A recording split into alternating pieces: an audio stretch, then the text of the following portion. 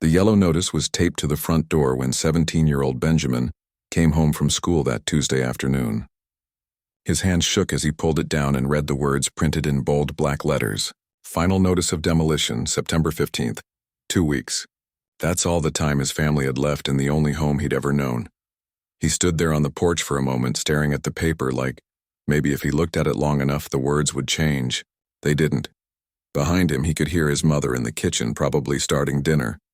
His 2 younger sisters were in the living room arguing over which cartoon to watch. Just another normal Tuesday, except nothing would ever be normal again.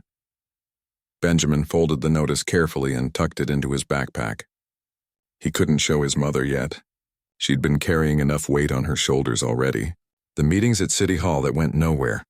The lawyer who took their money and couldn't stop anything. The nights he'd heard her crying quietly in her bedroom when she thought everyone was asleep. Inside, the house smelled like it always did. His mother's cooking, the faint scent of the lavender candles she loved, that particular smell of home that you can't quite describe but would recognize anywhere. His little sister Gabriella looked up from the TV and smiled at him. She was 12 and still young enough to not fully understand what was happening. 8-year-old Sophia didn't understand at all. "You're late," his mother called from the kitchen. "Dinner's almost ready." "Sorry, had to stay after for a project," Benjamin lied. Truth was, he'd walked around the neighborhood for an extra hour, trying to memorize everything before it disappeared forever. He'd remembered the first meeting at the community center last spring, when the city officials announced their plans. They'd stood up there in their expensive suits talking about progress and opportunity. A new high school, they said. State-of-the-art facilities. Better education for the children in this area. What they didn't say, at least not clearly, was that 37 families would lose their homes to make it happen. The compensation they offered was a joke. Barely enough for a down payment somewhere else and definitely not enough to stay in the same school district or even the same part of town. Benjamin's mother had stood up that night, her voice shaking but steady. "Where are we supposed to go?" she'd asked.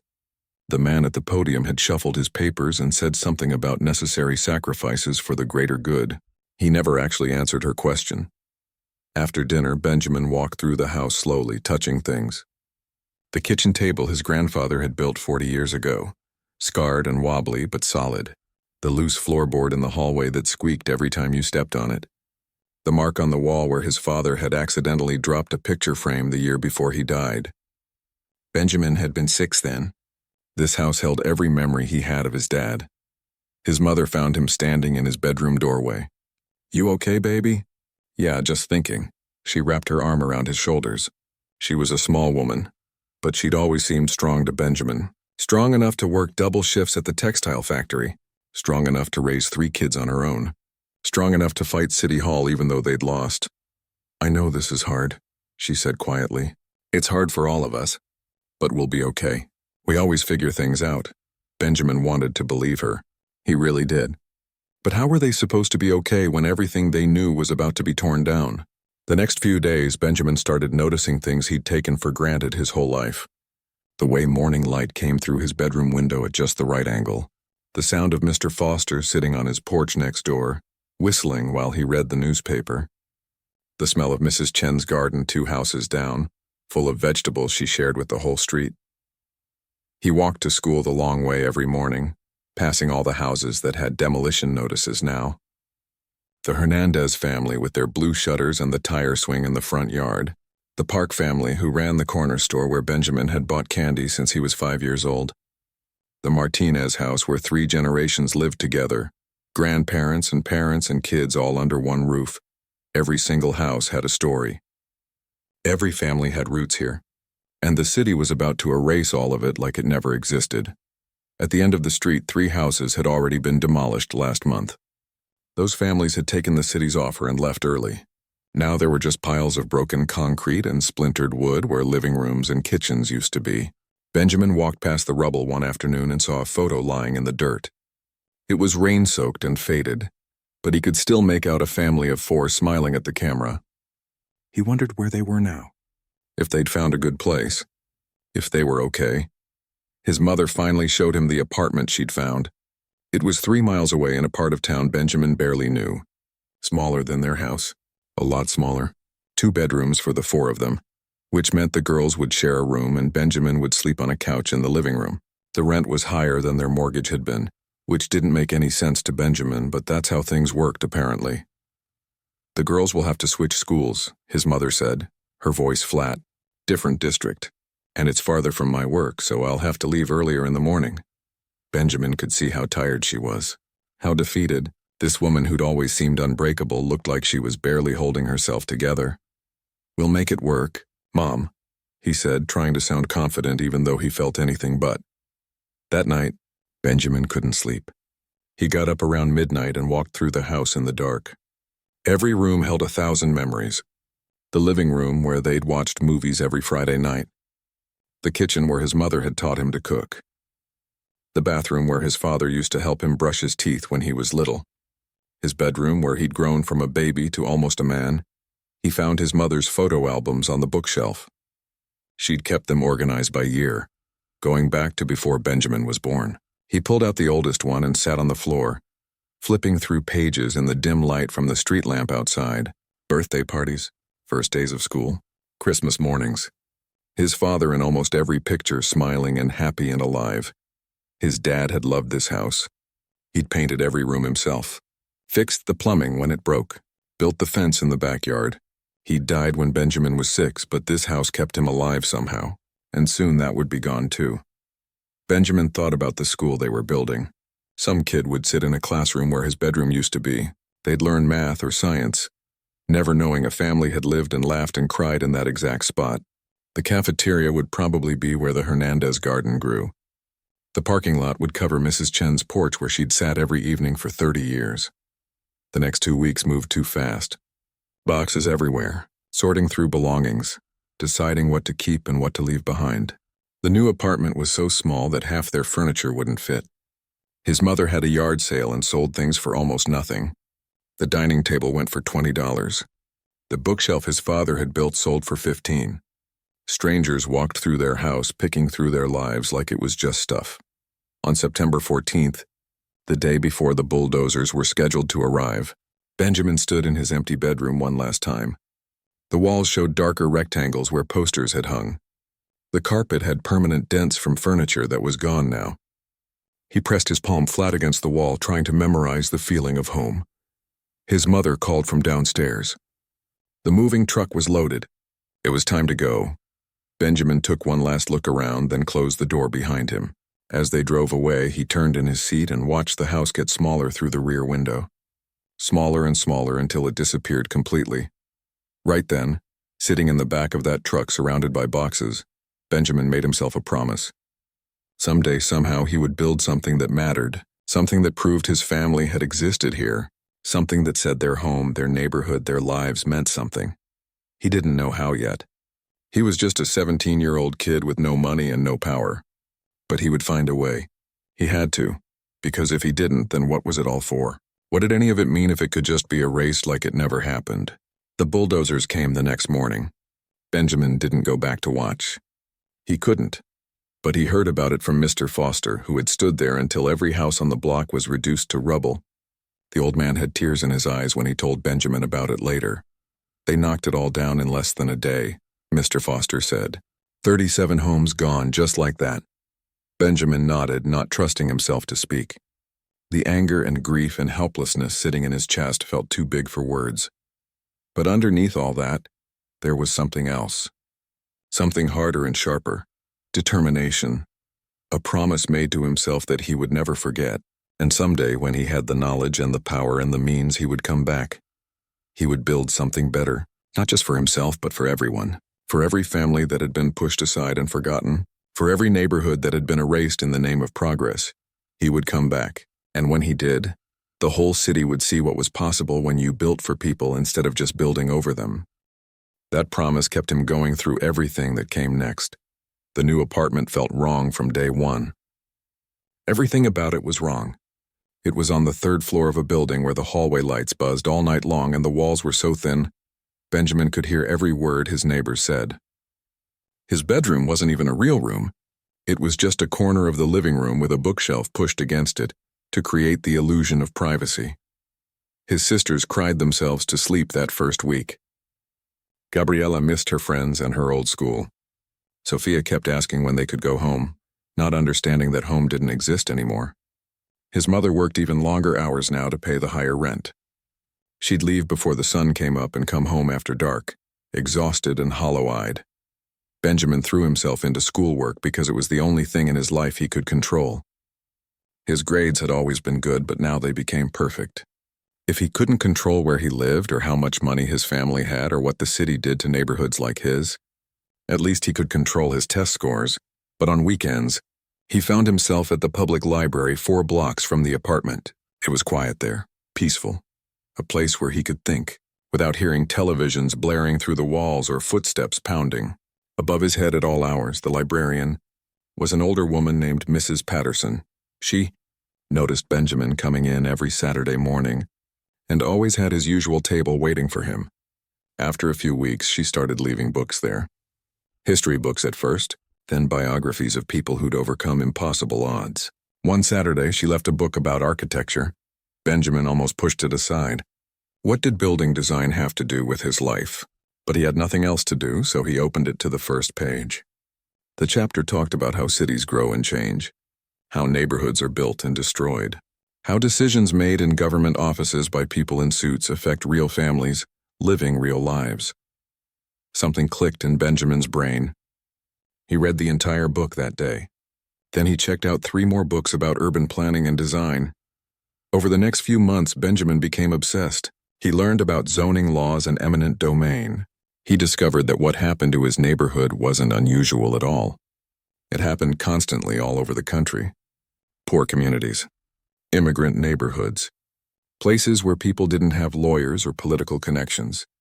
They were always the ones who got pushed aside when someone with money wanted to build something new. But he also learned it didn't have to be that way. Some cities had laws protecting residents. Some architects designed buildings that included affordable housing alongside expensive units. Some developers actually worked with communities instead of just bulldozing them. His mother noticed the change. "You're always reading these days," she said one evening, finding him at the kitchen table with a book about sustainable urban design open next to his homework. "I'm going to be an architect," Benjamin said. The words came out before he'd even realized he'd made the decision. She looked worried immediately. "Honey, that takes years of school. College, maybe even graduate school. We can't afford—" "I know. I'll figure it out," and he meant it. Benjamin got a job washing dishes at a diner near the apartment. Then he picked up weekend shifts stocking shelves at a grocery store. By his senior year of high school, he was working 25 hours a week on top of his schoolwork. He slept maybe 5 hours a night, studying during bus rides and lunch breaks and any spare moment he could find. His guidance counselor tried to help in her own way. "Community college is a great option," she said kindly. "It's affordable, and you can always transfer later if you want to." Benjamin knew she meant well, but he heard what she was really saying.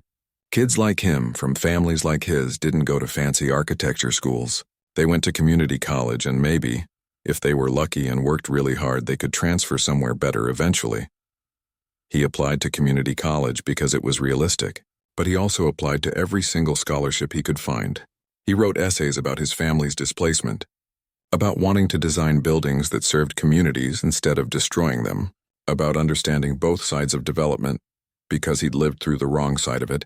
He sent out so many applications his hand cramped from writing.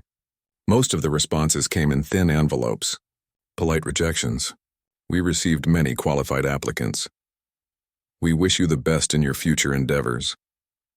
But in April of his senior year, a thick envelope arrived. Benjamin held it in his hands for a full minute before opening it, afraid to hope. Inside was a scholarship offer from a foundation that supported first-generation college students. Full tuition for community college, plus money for books and supplies. His mother cried when he showed her. Actually cried, tears running down her face. "Your father would be so proud of you," she whispered, pulling Benjamin into a tight hug. So proud. Community college was harder than Benjamin expected, but not in the way he'd anticipated. The classes were fine. He understood the material easily, but watching the other students was painful. Students whose parents paid their tuition without blinking, who didn't have to rush out of class to make it to their evening shift on time. Who could join study groups and clubs and go to parties instead of working 30 hours a week? Sometimes Benjamin felt invisible, like he existed in a completely different world than everyone around him, even though they were all sitting in the same classroom. Mrs. Patterson from the library became his mentor. He'd learned that she'd been an architect in Korea before immigrating to America, but her credentials weren't recognized here, so she'd had to start completely over. Eventually, she'd ended up as a librarian. "The hardest thing I learned," she told Benjamin one day, "is that knowledge is the only thing nobody can ever take away from you. They can take your home, they can take your credentials, they can take your opportunities, but what you learn, what you know, that's yours forever." Benjamin held on to those words. He kept learning everything he could. He devoured every book about architecture and urban planning. He took extra classes in mathematics and design. During his breaks at work, he sketched buildings in notebooks. Buildings that included wheelchair ramps and green spaces. Buildings with affordable apartments mixed in with market-rate units. Buildings designed for communities, not to spite them. His professors started to notice. Professor Wright, who taught Urban Planning 101, pulled Benjamin aside after class one day. "Your designs are different," he said. "You always include multiple income levels. Multiple use cases, why?" Benjamin told him about Riverside Avenue, about watching his home get demolished, about 37 families scattered across the city, their community erased for a building that could have been designed differently, could have included them instead of replacing them. Professor Wright listened carefully, then nodded slowly. "You understand something most architects never learn," he said. "Buildings aren't just structures made of concrete and steel. They're homes, they're memories, their communities, their lives." He helped Benjamin apply for transfer scholarships to 4-year architecture programs. The application required a portfolio of designs and a personal statement. Benjamin worked on it for months, perfecting every sketch, revising every word. He called his submission, "Designing for Everyone." The acceptance letter came in February. Full scholarship to the State University's architecture program, one of the best programs in the entire region. Benjamin read the letter 3 times, convinced he'd misunderstood somehow. His mother threw a party in their tiny apartment. His sisters baked a cake that came out lopsided but tasted perfect. Mr. Foster, who'd ended up in their same building 6 months earlier, stopped by with a card. Inside was a $20 bill and a note in shaky handwriting. "Make us proud. Don't forget where you came from." Benjamin wouldn't forget. That was the whole point of everything he was doing. University was different than community college. Most of the students came from families of architects or engineers. They talked casually about summer internships in Europe and connections their parents had at prestigious firms. Benjamin kept his head down and worked harder than anyone. While other students pulled all-nighters before deadlines, Benjamin was already done, having started weeks early because he knew he'd be working 20 hours a week and couldn't afford to fall behind. He got a job in the architecture library, shelving books and helping students find resources. It didn't pay much, but it kept him surrounded by knowledge. His mother sent him care packages of homemade food because she knew he was skipping meals to save money. His sisters called him every week to tell him about school. Mr. Foster sent him articles clipped from newspapers about architecture and urban development, along with notes that just said, "Thought you'd want to see this." Benjamin's final thesis project focused on equitable development. He designed a mixed-use complex that included market-rate apartments, affordable housing, retail space for local businesses, and a community center with free programs. His professors called it ambitious. Some said it was unrealistic. "Projects like this don't get built," one professor said during his review. "The economics don't work. Developers won't accept lower profit margins." "Then we need different developers," Benjamin replied. "Or we need to change what we accept as normal." He graduated with honors. Multiple firms offered him jobs. But his mother's health was declining. The stress of displacement had never really left her body. She'd developed high blood pressure, then diabetes. Benjamin needed to stay close, help with medical appointments, make sure his sisters were okay.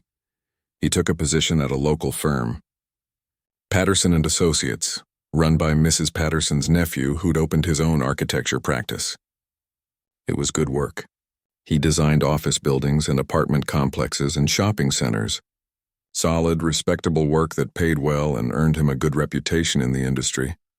but nothing felt like it mattered the way he'd always imagined it would. He was building things, yes, but he wasn't building what he'd promised himself he would build. Years passed. Benjamin became a senior architect, then a partner in the firm. His mother's health stabilized with medication and regular doctor visits. His sisters grew up and started their own careers. They'd all moved forward, built new lives in different neighborhoods. But Benjamin drove past Riverside Avenue sometimes, just to see, just to remember. The high school stood there, ordinary and unremarkable. Enrollment had exceeded capacity years ago. Portable classrooms crowded the parking lot. The surrounding neighborhood hadn't improved like the city promised. Half the storefronts sat empty. 15 years after his family had been forced out, Benjamin still thought about that neighborhood every single day. Still carried the promise he'd made to himself. Still waited for the chance to prove that development could be different. He just needed an opportunity, a chance to show that another way was possible. And then, one ordinary afternoon at a city council meeting, that opportunity arrived. The city was requesting development proposals for the Riverside area. The school needed expansion. Several blocks were being rezoned for mixed-use development. Benjamin's heart started pounding as he read the details. This was it. This was his chance. 15 years he'd been waiting. 15 years he'd been preparing. Now the moment had finally come. It was time to go home. Time to build what he'd promised. Time to prove that a better way was possible.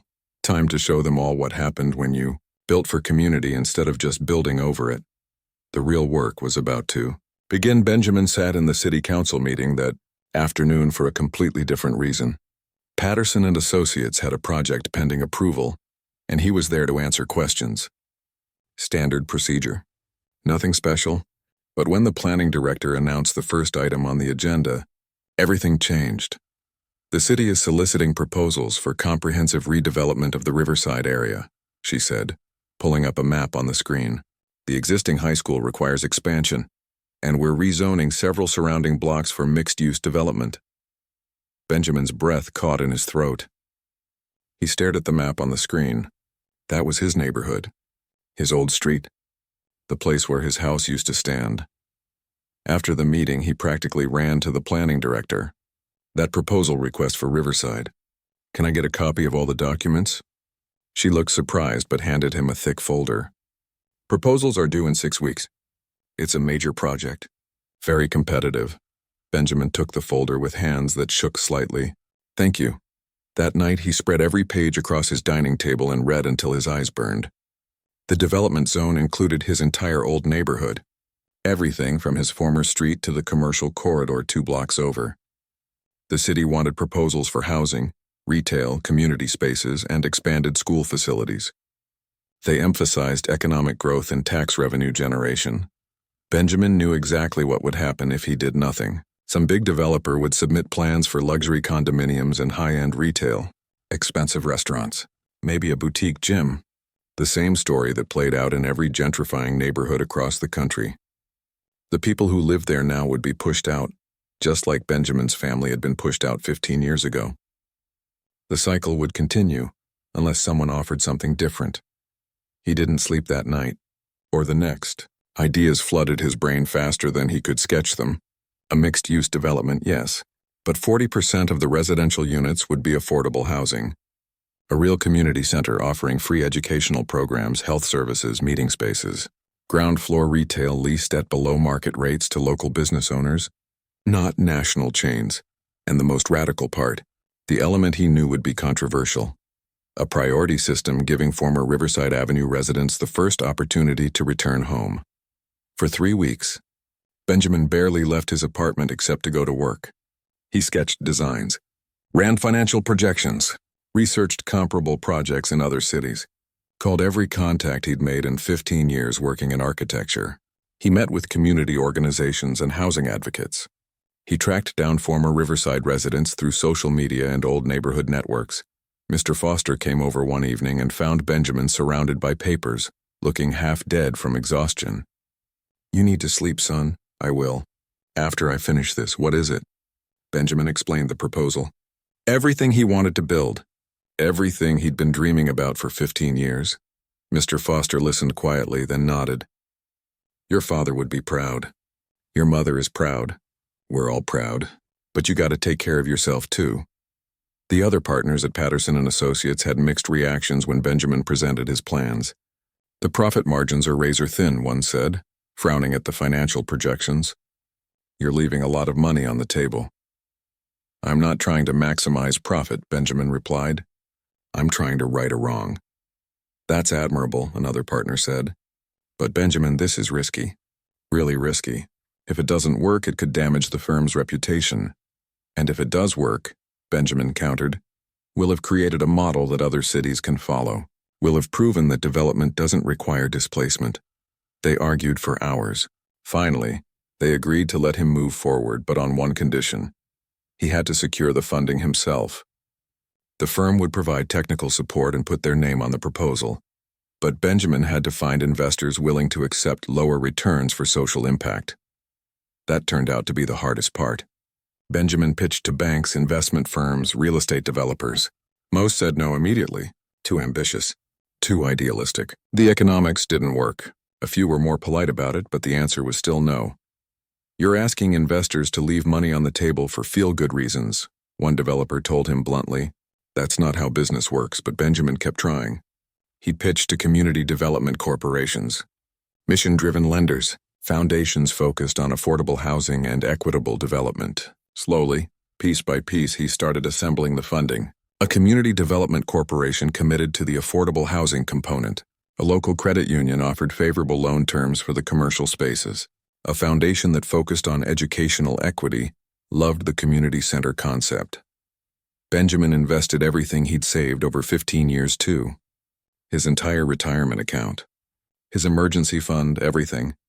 If this project failed, he'd be starting over from nothing. His mother worried. Baby, what if it doesn't work? What if you lose everything? Then I lose everything, Benjamin said. But Mom, this is our neighborhood. If I don't try, I'll regret it for the rest of my life. He submitted the proposal on the deadline. 200 pages of architectural drawings, financial projections, community impact assessments, and letters of support from 40 neighborhood organizations. He titled it Riverside Community Revival. Then came the waiting. 6 of the longest weeks of Benjamin's life. He tried to focus on other projects, but his mind kept drifting. What if they rejected it?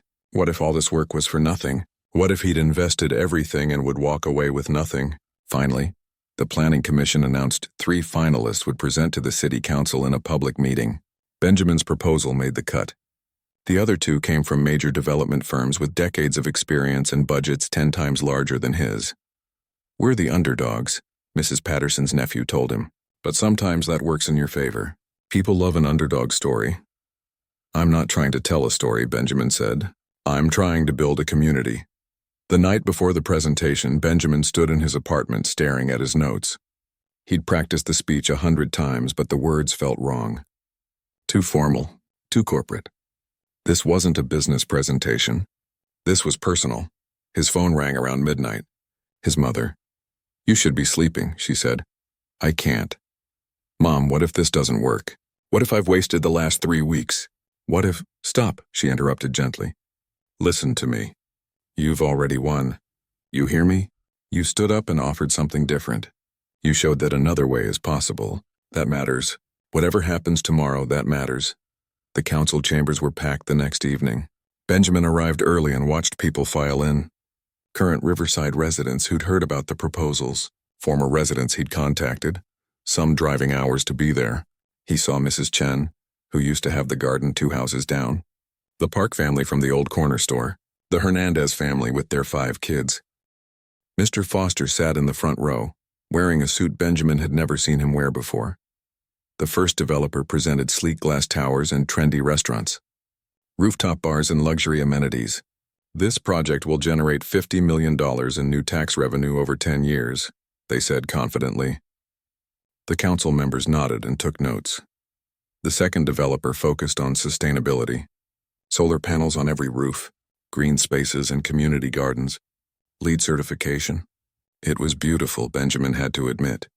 But then they mentioned the pricing. Units starting in the low 400s.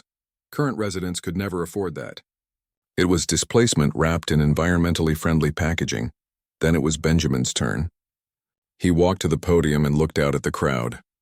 His mother sat in the front row next to his sisters. Mrs. Patterson was there. Mr. Foster. Dozens of faces he recognized from 15 years ago. People who'd lost their homes.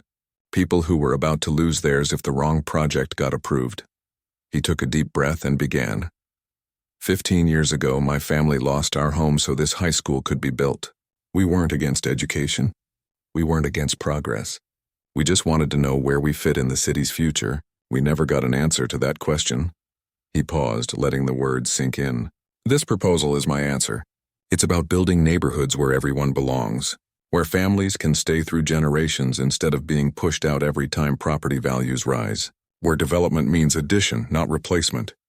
He walked through every detail of the plan: the affordable housing units, the community center with free programs, the priority system for former residents, the retail spaces for local businesses. He showed financial projections proving the project was viable, even without maximum profits. The council members asked hard questions about risk, about feasibility, about whether his vision was realistic or just wishful thinking. Benjamin answered each question with data and examples from other cities.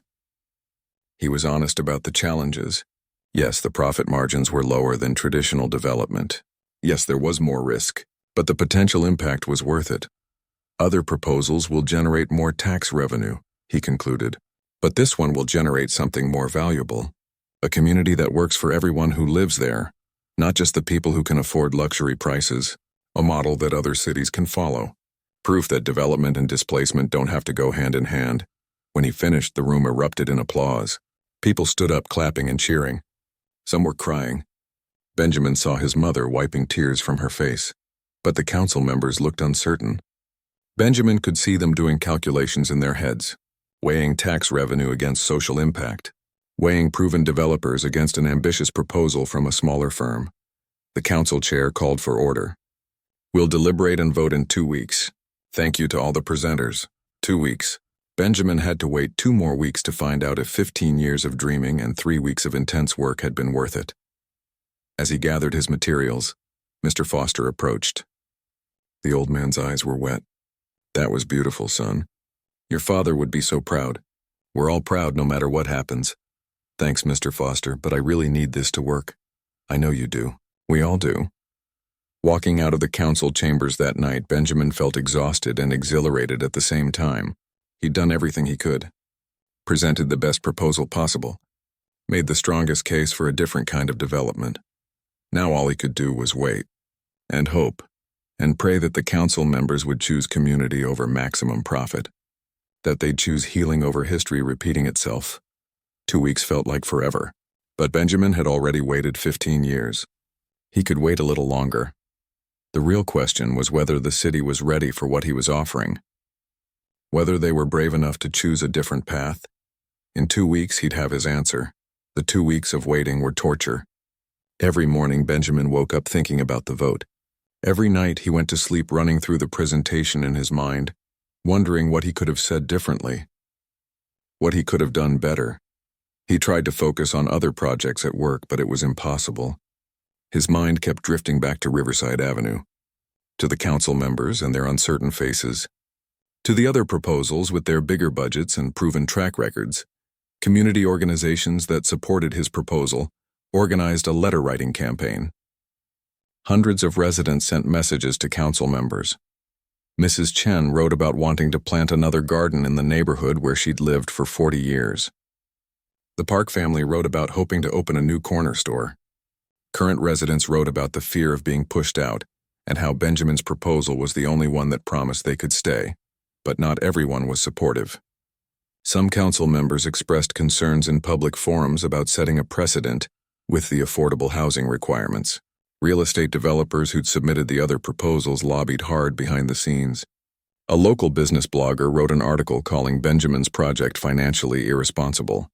Benjamin read every criticism, met with every skeptical council member who was willing to talk. He brought data from similar projects in Portland, Minneapolis, and Atlanta, cities where mixed-income development had worked. He revised his financial projections, adding even more conservative estimates and backup plans. He worked 18-hour days, running on coffee and sheer determination. His mother worried about him constantly. "You look exhausted," she said when he stopped by for dinner one evening. "You're not sleeping enough. You're not eating enough. I'll rest after the vote, Mom, I promise. And if they say no, what then?" Benjamin had thought about this every single day. Then I try again. Maybe in a different city. Maybe with a different project. But Mom, this is our neighborhood. It has to be here. It has to be now. The night before the vote, Benjamin couldn't sit still. He walked through his apartment, then decided to drive to Riverside Avenue. The high school sat dark and empty after hours. He parked across the street and tried to remember exactly where his house had stood. The gymnasium, maybe, or the cafeteria. The whole layout had changed so much he couldn't tell anymore. A security guard walked over and tapped on his window. Benjamin rolled it down. "Can I help you with something?" The guard asked, not unfriendly, just cautious. "I used to live here," Benjamin said. "A long time ago. Before the school." The guard's expression softened. "You're not the first person to come by and say that. My daughter goes to school here. Building's overcrowded, falling apart. She deserves better. All the kids do. And honestly, all the people who used to live here deserved better too." Benjamin nodded, not trusting himself to speak. "Hope they build something good this time," the guard said. "Something for everybody." The vote was scheduled for 7 p.m. Benjamin arrived at City Hall at 6, along with what felt like half the city. The chambers filled beyond capacity. People stood in the hallways, spilled into the lobby. News crews set up cameras. This had become bigger than just a development proposal. It was a referendum on what kind of city people wanted to live in. Each council member made a statement before voting. Some praised the innovative approach of Benjamin's proposal. Others expressed worry about the financial structure. One council member, who represented the wealthiest district in the city, questioned whether affordable housing requirements were fair to developers trying to make reasonable profits. "Fair to developers?" someone shouted from the audience. "What about being fair to the people who actually live there?" The council chair gavelled for order. The shouting stopped, but you could feel the tension in the room. It was thick enough to cut with a knife. When they finally started the roll call vote, Benjamin's hands were shaking. His mother reached over and squeezed his hand tight. There were 7 council members. They needed 4 votes to approve the project. Councilmember Rodriguez. "Yes, 1 down. 3 to go." Councilmember Thompson. "Yes, 2 down." Benjamin could barely breathe. Councilmember O'Brien. A long pause. Benjamin's heart sank. He knew that pause. It was a no. "No," O'Brien said. "I support the vision, but I can't support the financial risk the city would be taking." Now they needed all 4 remaining votes. If even one more person voted no, the project was dead. Councilmember Washington? "Yes, 3 yes, 1 no. 3 votes remaining." Councilmember Patel? "Yes, 4 yes votes, but there were still 2 members left. If either one voted no, it would be a tie, and tie votes failed." Councilmember Lee? Another pause. Councilmember Lee had been one of the most skeptical from the beginning. She'd asked the hardest questions during the presentation. Benjamin held his breath.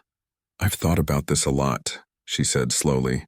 "About what our city stands for. About who we build for and who we push aside. About whether we have the courage to try something different." She looked directly at Benjamin. "Yes, I vote yes." The chamber exploded with cheering. People hugged strangers. Benjamin felt his mother's arms around him. His sisters jumping up and down. Mrs. Patterson was crying. Mr. Foster pumped his fist in the air, but the council chair was pounding her gavel, calling for order. "We still have 1 more vote," she said firmly. Councilmember Harrison, the last vote. He'd been quiet throughout the whole process, asking very few questions. He represented a conservative district and was known for being extremely cautious with city money. The room went silent. Everyone waited. "I'm going to vote yes," Harrison said, and the room started to erupt again. But he held up his hand for quiet. "But I want to be very clear about something. This project will be watched closely. Very closely. If the numbers don't work out, if the commitments aren't met, if this fails, this council will hold everyone accountable. We're taking a real chance here on a new model. It has to succeed. It will," Benjamin said, his voice cracking with emotion. "I promise you it will." The paperwork and permits took 3 more months. Environmental reviews, final permits, financing agreements, construction bids. Benjamin reviewed every single document, fought through every bureaucratic obstacle. Patterson and Associates assigned additional staff to help support the project. The publicity had already brought the firm national attention. They scheduled the groundbreaking for September 15th. Exactly 15 years to the day after Benjamin's family had been forced to leave. The city made it a community event with food trucks, music, speeches. But Benjamin insisted on one specific element that mattered to him more than anything else.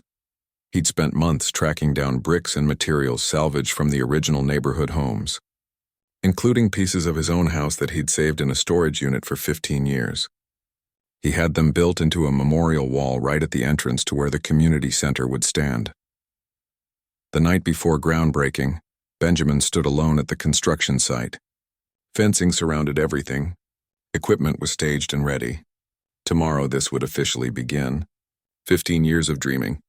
3 weeks of intense planning. 3 months of paperwork. And now, finally, the real work could start. He thought about that 17-year-old kid who'd watched his home demolished. Who'd made a promise to himself. Who'd believed, despite everything, that one person could make a difference. He pulled out his phone and called his mother.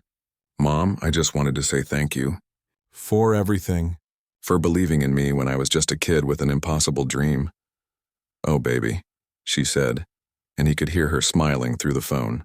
"I always knew you'd do something special. I just didn't know it would be this big." The groundbreaking was more emotional than Benjamin expected. Former residents came from across the state. Some had driven 6 hours just to be there. News crews documented everything.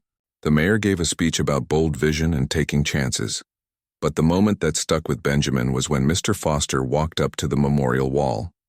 The old man stood there for a long time, touching the bricks, reading the names of all the families who'd lived there. Finally, he turned to Benjamin with tears in his eyes. "You kept your promise," Mr. Foster said quietly. "You came back.